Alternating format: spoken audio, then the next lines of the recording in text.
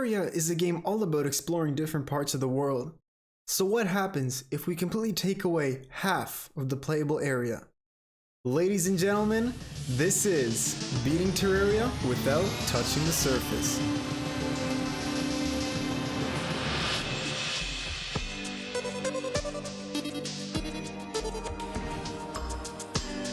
This is just one part of a mini-series we're going to do on this channel. So if you like what you see, consider subscribing so you don't miss out on any future videos. Let's get into it. Essentially, before the game even started, I decided to build a small house and a bed for my character using a different character just so I could set the world spawn point under the ground. I started off by heading to the left to chop down a tree, but my path was blocked by a zombie. I looked over to the left and realized that my friend had joined the game to help us on our adventure. I finished off the zombie and got right into chopping the tree. So after chopping down the tree, I placed back the acorn in hopes that the tree would grow.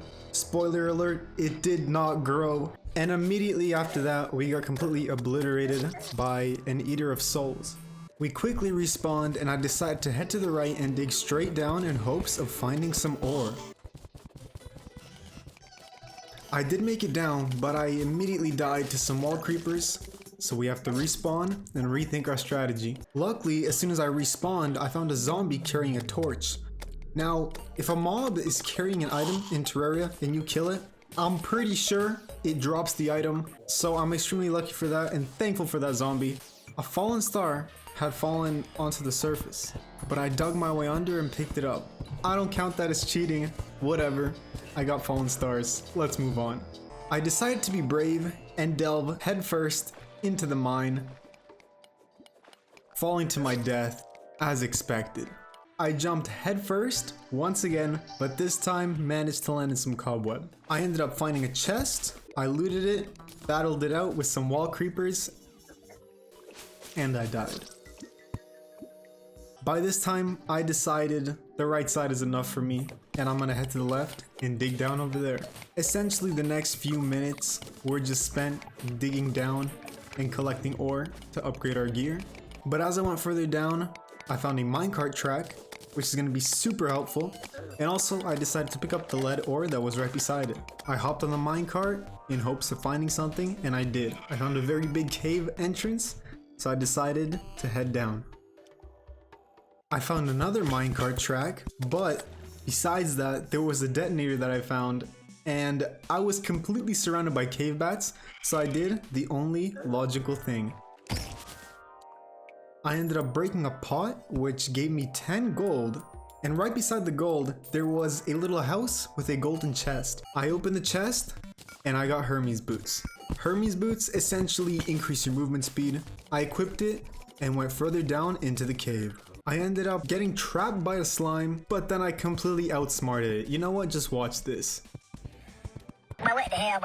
I found another one of those houses right under the previous house, which is super lucky, but this one didn't have really good loot. It just had basically a flare gun, which is whatever. So I decided to continue on going deeper. I made my way to the chest, but I didn't realize it was a trap chest, so I died.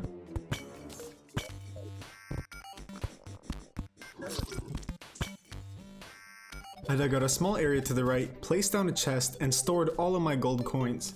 I headed right back to the area where I died so I could pick up all my money and collect the loot from the chest.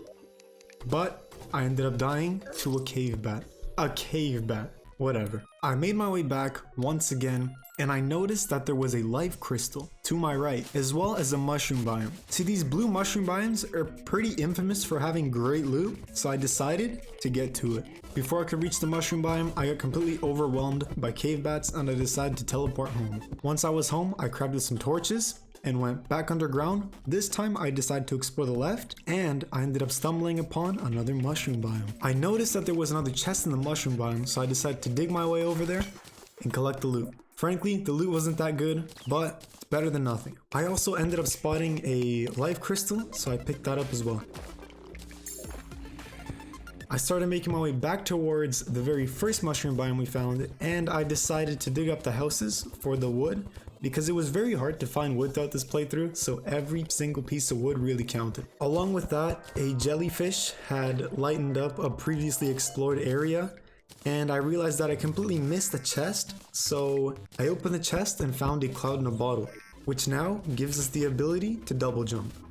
Essentially for the next few minutes I was just making my way across the mushroom biome until I found a chest, which led me to getting another cloud in a bottle that I could later give to my friend. Our luck is amazing. Basically, right under the chest that we just found, there was another house with a chest that contained a lava charm, which gives us invincibility or invulnerability to lava for, I think it's 7 seconds. Yeah, still really good. By this point, I ended up teleporting home, crafting all of my ore into bars, and gearing up, as well as making better weapons. I then organized some chests and decided to head to the left to break some shadow orbs. Now upon breaking the very first shadow orb, we got a musket, which is going to help us defeat the Eye of Cthulhu. I then proceeded to mine out a large area to the right of our house, in hopes of making a tree farm, but I didn't know that you can't really grow trees underground, so this ended up turning into a boss arena. Essentially this was the longest and most boring part, because we spent like 30 minutes digging out a whole arena, but it was well worth it, as you will see later. I placed some platforms, dug out more, and then placed a campfire for the boost in regeneration. While waiting for it to turn nighttime so we could fight the Eye of Cthulhu, I decided I'll expand the arena just because we had some extra time on our hands. Once again, while waiting, I went back into the cave and I found a fairy which guided me to a life crystal. I picked up the life crystal and immediately got swarmed by wall creepers. While preparing to fight the Eye of Cthulhu, I crafted a bunch of arrows, organized my inventory, got my bow ready, and now we were officially ready. As soon as it turned to nighttime, I summoned the Eye of Cthulhu, and honestly, the boss fight was fairly easy, especially with the musket that we got earlier. Just here, see for yourself.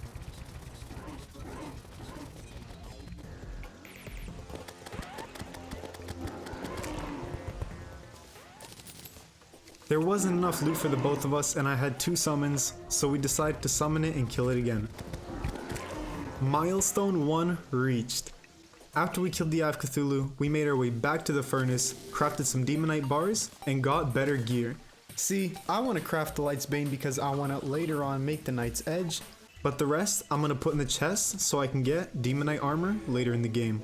Hey, if you made it this far into the video, thanks for watching. Consider subscribing so you don't miss the next few episodes of our journey. I hope you had a great day, and I'll see you next time. Goodbye.